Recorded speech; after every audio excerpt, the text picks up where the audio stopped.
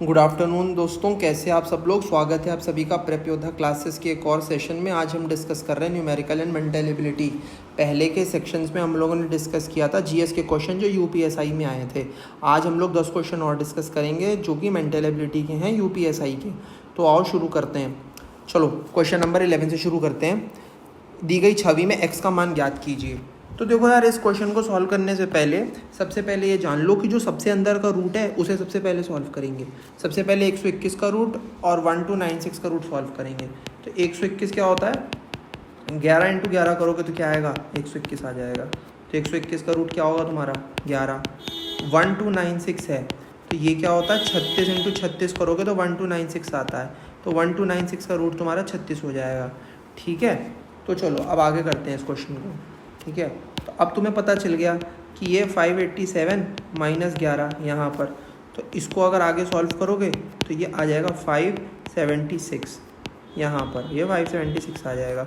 ये क्या होता है 24 का, इसका स्क्वायर रूट 24 आता है। ठीक है, तो इसका आंसर तो तुम्हारा 24 आ गया। अब आगे चलते हैं, अब करते हैं इसे सॉल्व। √2316 माइनस √180 माइनस, इसे पहले सॉल्व कर चुके हो, 36 आ जाता है ऐसे। तो 2316 माइनस 36, तो ये आ जाएगा √144। और 12 इंटू 12 तुम लोग जानते हो, राइट। 12 इंटू 12 क्या हो जाता है, 12 इंटू 12 तुम्हारा आ जाता है 144। और देखो 180 में से 36 घटाओगे तो 144 आएगा। तो करो इसको सॉल्व, 2316 माइनस 12 कर दो, तो ये तुम्हारा क्या बन जाएगा, ये तुम्हारा बन जाएगा 2304 का अंडर रूट, ये क्या होता है 48, इसका स्क्वायर रूट 48 होता है। तो इसका आ गया तुम्हारा 48 यहाँ पर। ठीक है, तो ये क्वेश्चन तुम्हारा सॉल्व हो गया ईजिली। ये हो गया 24 डिवाइडेड बाई 48 जो कि आ जाता है 0.5। तो तुम्हारा आंसर हो गया डी। क्या हो गया आंसर, डी। अगला क्वेश्चन करते हैं। निम्नलिखित में से कौन सा विकल्प 11 से विभाज्य है। तो देखो 11 से विभाज्य के लिए क्या करते हैं, नंबर को ऐसे लिख लो सबसे पहले तुम अपने 99048। अब क्या करो, ऑड और इवन नंबर, ठीक है, अलग निकाल लो और ऐड करो। तो सबसे पहले ऑड नंबरों को निकाल लेते हैं। तो 2 + 9 + 0 + 8 कर लेते हैं। फिर क्या करते हैं, इन नंबरों को निकाल लेते हैं जो इवन प्लेस में, 7 + 9 + 4 इसको करते हैं। ठीक है, तो चलो इनको ऐड करो, इनको ऐड करोगे तो 19 आएगा। चलो इनको ऐड करो तो क्या आएगा तुम्हारा 20 आएगा। अब इसको और इसको माइनस करो। अगर इसको माइनस करने के बाद तुम्हारा रिजल्ट 0 आए या 11 का कोई मल्टीपल आए तो ये 11 से विभाज्य है, अदरवाइज़ नहीं। तो देखो यहाँ पर क्या आ रहा है, यहाँ पर 1 आ रहा है जो कि ना 0 है ना 11 का मल्टीपल है, तो ये तुम्हारा 11 से डिविजिबल नहीं होगा ये नंबर। चलो अब अगले में देखते हैं, 2899048। एक एक करके नहीं करना, जल्दी जल्दी करो। जैसे 2 + 9 11 कर लो, फिर इसमें 0 जोड़ लो, 8 जोड़ लो, तो 19 आएगा। इसका देखो 8 + 9 17 और ये 17 21 जा रहा है, तो देखो ये भी नहीं होगा, तो इसे भी हटा दो। ठीक है, अब अगला देखो, ये है 2699048। तो देखो 2 प्लस ये वाला 9 प्लस ये वाला 0 प्लस ऊपर इसमें देखो 6 + 9 + 8। ठीक है, 2699048, तो 2 9 0 और 8 यहाँ पर आया। अब देखो इन तीनों को ऐड करो, 23 आएगा तुम्हारा कहीं ना कहीं। देखो ऐड करो 6 9, ठीक है, और 4 आएगा, ये गलती तुमने लिख दी, यहाँ 4 आएगा।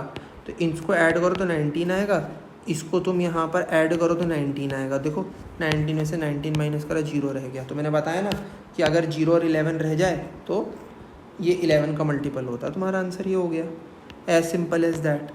अगला क्वेश्चन देखो, ये क्वेश्चन दोस्तों पूरा नहीं है तो इसे बाद में करेंगे, क्वेश्चन कंप्लीट है, लिखा नहीं हुआ तो इसे छोड़ते हैं अभी। आगे पढ़ो, प्रश्न चिन्ह को उस विकल्प से बदलें जो पहले जोड़ में लागू तर्क का अनुसरण करता हो। तो देखो अब लागू तर्क क्या है, आर्किटेक्ट बिल्डिंग है, ठीक है, तो आर्किटेक्ट और बिल्डिंग में एक तर्क छिपा है, तो तुम्हें वही तर्क खोज के ऑथर का अगला वर्ड ढूंढना है। तो देखो एक आर्किटेक्ट क्या करता है, वो बिल्डिंग बनाता है, ठीक है, तो एक ऑथर क्या करता है, क्या लेक्चर बनाता है? नहीं। रिपोर्ट बनाता है? नहीं। बुक बनाता है? हाँ। तो वही तर्क जो इन दोनों में है ना, तर्क, वही तर्क तुम्हें इन दोनों में ढूंढना है। तो आर्किटेक्ट बिल्डिंग बनाता है, ये तर्क है, ठीक है। तो ऑथर क्या बनाता है? बुक बनाता है। हो गया ये क्वेश्चन यहीं पे सॉल्व। Easy, very easy. जिस तरह जल्दी जल्दी करते जाओ, अपना टाइम बचाओ, और जो इजी क्वेश्चन क्या कहते हैं जल्दी करो, फिर अगर टफ क्वेश्चन थोड़ा ज़्यादा टाइम लग जाए तो भी ठीक है। अगला क्वेश्चन करते हैं हम लोग। निम्नलिखित प्रश्नों के उत्तर देने के लिए निम्नलिखित रेखा चार्ट और दी गई जानकारियों का अध्ययन कीजिए। 2001, 2011, 2021 और 2031 वर्षों में 3 अलग अलग ABC मोबाइल कंपनियों की बिक्री दी गई है। किस में दी गई है? हज़ारों में दी गई है। ये इंपॉर्टेंट है, हज़ारों में। तो अगर 650 है ना, तो इंटू 1000 कर लेना, ये यही कह रहा है इसका मतलब, ठीक है। तो हमें वो ढूंढना है 2011 से 21 तक ए कंपनी की बिक्री में कितनी प्रतिशत वृद्धि हुई, 2 दशमलव तक, 2 डेसिमल प्लेसेस तक हमें ये फाइंड आउट करना है। तो कोई नहीं, आओ चार्ट देख लें। 2011 में ये 700 था, इंटू 1000 कर लेंगे अपने माइंड में, और यहाँ पे 21 में ये 900 था।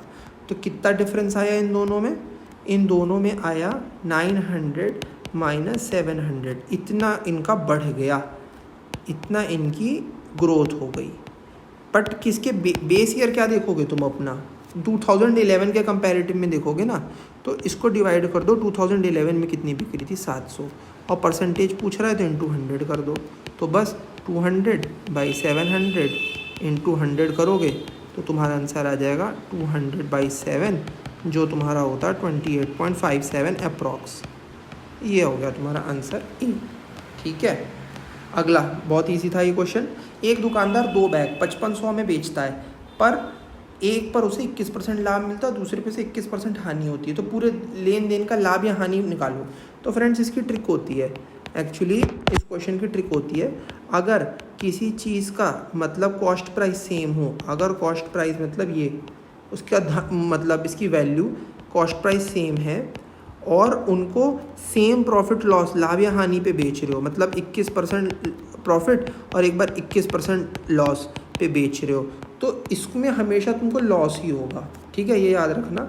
और कितना लॉस होगा उसकी ट्रिक होगी कि जितना तुम्हें प्रॉफिट हुआ, जितना तुम्हें लाभ हुआ परसेंटेज में, ठीक है, उसको मल्टीप्लाई कर दो जितना तुम्हें लॉस हुआ यानी हानि हुई जितनी तुमको परसेंटेज में, और डिवाइड कर दो 100 से। तो प्रॉफिट तुम्हें कितना हुआ 21, लॉस तुम्हें कितना हुआ 21, डिवाइड कर दो 100 से, तो ये तुम्हारा हो जाएगा 441/100 यानी 4.41% होगा। और होगा क्या? ये लॉस होगा, तो तुम्हारा यानी हानि होगी। तो तुम्हारा ये रहा आंसर 4.41%। ये ट्रिक है फ्रेंड्स, यहाँ पर ये ट्रिक लगाई जाती है। अगर तुम ऐसे निकालने लगो मैथ के तरीके से बहुत टाइम लग जाएगा और हो सकता है क्वेश्चन का आंसर गलत कर दो, तो ये ट्रिक याद कर लो, ठीक है। अगला क्वेश्चन, इस प्रश्न में से एक कथन के बाद 2 निष्कर्ष हैं, ठीक है। निष्कर्ष 1 और 2, आपको दिए गए कथन को सत्य मानना है, फिर दोनों निष्कर्षों पर विचार करें और तय करें कि उनमें से कौन सा निष्कर्ष सही है। तो देखो तुम्हें ये मानना है कि फर्स्ट वाला जो है ये सही ही है, इसमें तुम्हें दिमाग नहीं लगाना, इसे सही मानते हुए पढ़ो कि तंजौर, ये चेन्नई में है, तमिलनाडु में है, तंजौर को तमिलनाडु के चावल का कटोरा मतलब जहाँ बहुत चावल होता है के रूप में जाना जाता है। चलो माना ये सही है, ठीक है भाई, ये सही है। तो पहला, चावल का उत्पादन केवल तंजौर में ही किया जा सकता है ना, केवल क्यों, और भी तो जगह किया जा सकता है। तो केवल शब्द गलत लग रहा है, तो ये ठीक नहीं लग रहा। तो चावल तंजौर में उगाई जाने वाली प्रमुख फसल हो सकती है, हाँ हो तो सकती है और नहीं भी हो सकती है, कह रहा हो सकती है, तो ठीक है मान लेते हैं ये सही है। चलो मान लिया ये सही है, तो ये सही लग रहा है और ये गलत लग रहा है मुझे, ठीक है। तो यानी first is wrong, second is right, ठीक है। तो first is wrong, second is right, okay. First अनुसरण या 2, नो ओनली 2, तो ये भी गलत। ना तो 2 ना तो 1 और ना ही सेकंड, नो सेकंड करता तो ये भी गलत। 1 और 2 नो अनुसरण करते हैं, गलत। तो आंसर केवल बी, क्योंकि बी ही अनुसरण कर रहा है। चावल तंजौर में उगाई जाने वाली प्रमुख फसल हो सकती है, हाँ भाई हो सकती है, तो आंसर मारो बी, ओनली बी करेक्ट, ठीक है। अगला क्वेश्चन करते हैं। 4 वर्षों में साधारण ब्याज दर पर एक राशि 20% से वृद्धि होती है, उसी ब्याज दर पर 2 वर्ष के बाद 44,500 रुपये की चक्रवृद्धि ब्याज कितना होगा, मतलब ब्याज कितना होगा। तो देखो इसमें 2 फॉर्मूले लगेंगे। पहला तो तुम्हारा लगेगा सिंपल इंटरेस्ट का फॉर्मूला, तो तुम्हारा सिंपल इंटरेस्ट यानी ब्याज होता है प्रिंसिपल यानी मूलधन इंटू इंटरेस्ट रेट यानी ब्याज दर इंटू टाइम बाई 100, राइट। और तुम्हारा कंपाउंड इंटरेस्ट का फॉर्मूला होता है अंतिम राशि इंटू 1 प्लस मूलधन ब्याज दर बटे 100, ये गलत है, बटे 100 होगा, बटे 100 और पूरा ब्रैकेट में समय। तो ये तुम्हारे दो फॉर्मूले हैं जिसमें तुम लगेगा, ठीक है। तो अगर तुम्हें 4 वर्षों में साधारण ब्याज दर पे 20% की वृद्धि हुई है, तो तुम मान लो कि तुम्हारा मूलधन अगर x है, मूलधन x है, तो उसमें 20% की वृद्धि होगी 0.2x। तो अगर तुम्हारा 0.2x बढ़ा, ठीक है, और मूलधन मान लो तुम्हारा x तुमने माना और ब्याज दर तुम्हें निकालनी है, समय तुम्हारे पास 4 साल था, बटे 100, तो तुम अगर देखो तो तुम्हारा ये आ जाता है 20/4 यानी 5% का तुम्हारा इंटरेस्ट रेट आ जाता है यहाँ पे, ठीक है। अब इंटरेस्ट रेट तुम्हारा 4% का आ गया। अब इसे तुम अपना चक्रवर्ती ब्याज वाले फॉर्मूले में रख दो जो मैंने बताया है। तो अगर तुम्हें अंतिम राशि निकालनी है A, तो तुम करोगे, मूलधन तो तुम्हें दिया हुआ है 44,500 दिया हुआ है, ठीक, 1 प्लस ब्याज दर तुम्हारे 5% की है, ठीक है, और समय अवधि तुमको 2 साल दी गई है, ठीक है। तो बस ये हो गया तुम्हारा 44,500 इंटू 1.05 इनका होल स्क्वायर, ये। अब बस इसमें कुछ नहीं करना तुमको, इसमें तुम्हें ये वैल्यू निकालनी है और ये वैल्यू तुम्हारी आएगी कुछ 49,061.25। तो ये तुम्हारा अंतिम दर आ गया, अंतिम राशि आ गई।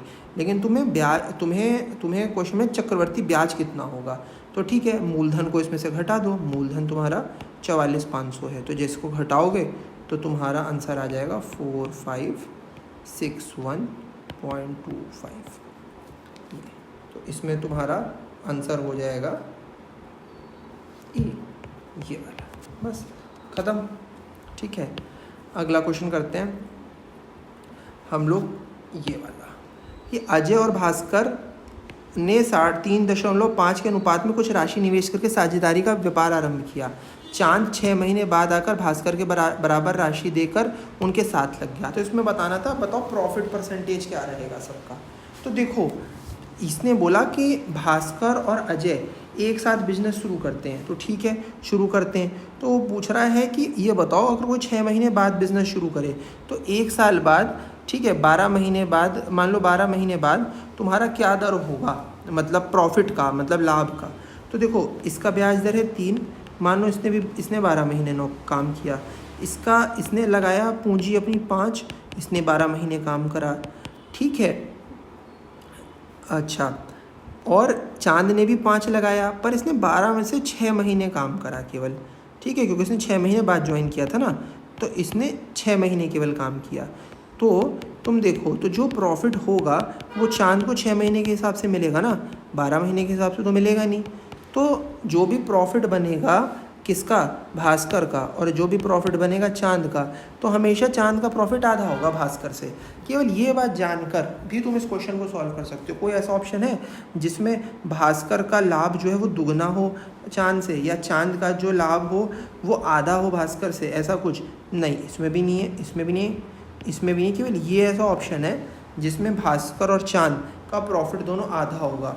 और अगर तुम देखो भी तो इस तरह का कुछ आंसर आएगा, 12 3 जा 36, तो H2 अगर तुम यहाँ पर भी देख लो तो ये 60 आएगा और ये 30 आएगा।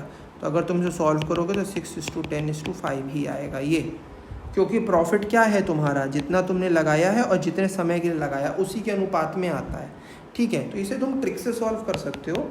इसे तुम ट्रिक ये है तुम्हारी कि भास्कर का जितना भी प्रॉफिट होगा वो हमेशा दुगना ही होगा, किससे, चांद के से। तो उससे तुम ऑप्शन एलिमिनेट करते जाओ, 3 एलिमिनेट हो गए और ये बचा। तो दोस्तों तुम लोगों ने देखा कि कैसे ईजिली पूरा क्वेश्चन ना सॉल्व करके भी तुम ये क्वेश्चन सॉल्व कर सकते हो। देखो एसआई के पेपर में समय बहुत कम होता है तुम लोगों के पास, तुम्हारे 160 क्वेश्चन करने 120 मिनट में, तो तुम्हारे पास अगर तुम देखो तो 45 सेकंड है मोटा मोटी एक सवाल को सॉल्व करने के लिए, ठीक है। तो 45 मिनट बहुत कम समय होता है, इसीलिए तुमको कई बार ट्रिक्स 45 सेकंड है, 45 सेकंड है तुम्हें, तो तुम्हें थोड़ी ट्रिक की इस्तेमाल करनी पड़ेगी, थोड़ा तुम्हें पढ़ना पड़ेगा, बार बार प्रैक्टिस करना पड़ेगा। हम यहाँ पे योद्धा क्लासेस में जितना हो सकेगा टाइम में बता रहे हैं। बाकी फ्रेंड्स प्रैक्टिस तो आप लोगों को करते रहना है। चलो पढ़ते रहो, मिलते हैं आपसे एक दूसरे सेशन में। मेरा नाम है शांतनु अग्रवाल। मैं फिर हाजिर होऊंगा कल दूसरे सेशन के संग। तब